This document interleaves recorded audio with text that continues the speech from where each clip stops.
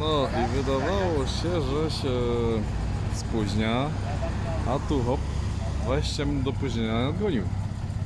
Kazik jest, a Jerzyk.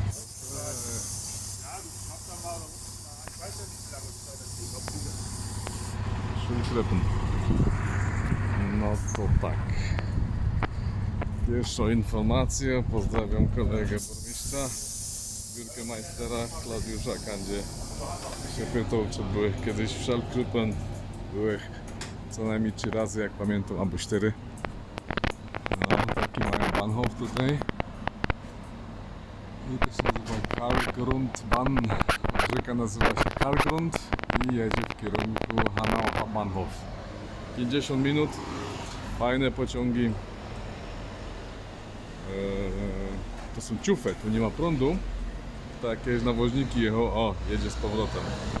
Przygazową, nawet punktualnie, popatrzcie. Już na Hanau jedzie, tak jest. O.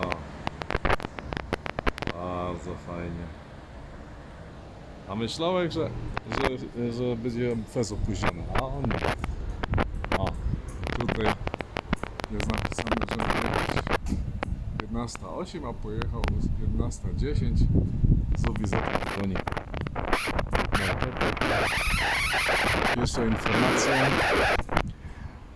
Co by chciał tu powiedzieć? To jest bardzo stara miejscowość nad rzeką Karlgrund. Już tu parę razy jechałem na kole na dół, a przez to dzisiaj fajna pogoda. Będą trochę słońca, trzeba genießen i kafej tutaj zaraz się napija. Najprawdopodobniej w tej politerajce tutaj. To jest jakieś takie centralne miejsce. Kreuzung. No i jakie tu są kierunki?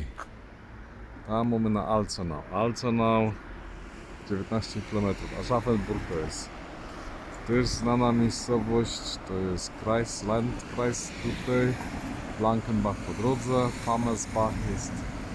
Tam się jechałoby jakby na dół, na kole do Hanau. Na prosto, na lewo, Frammersbach, Bad Orb. O, Bad Orb to już coś znane jest. Dzisiaj tam byda. Mam wymienić sobie opony na letnie, a Sommerreifen Kleinkalla. No.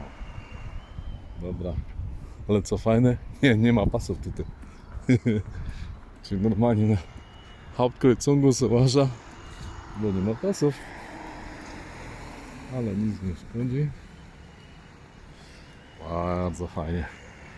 A tam będzie zaraz kościół, ale o tym o wszystkim pogodą najpierw kafe. A kafe będzie tu.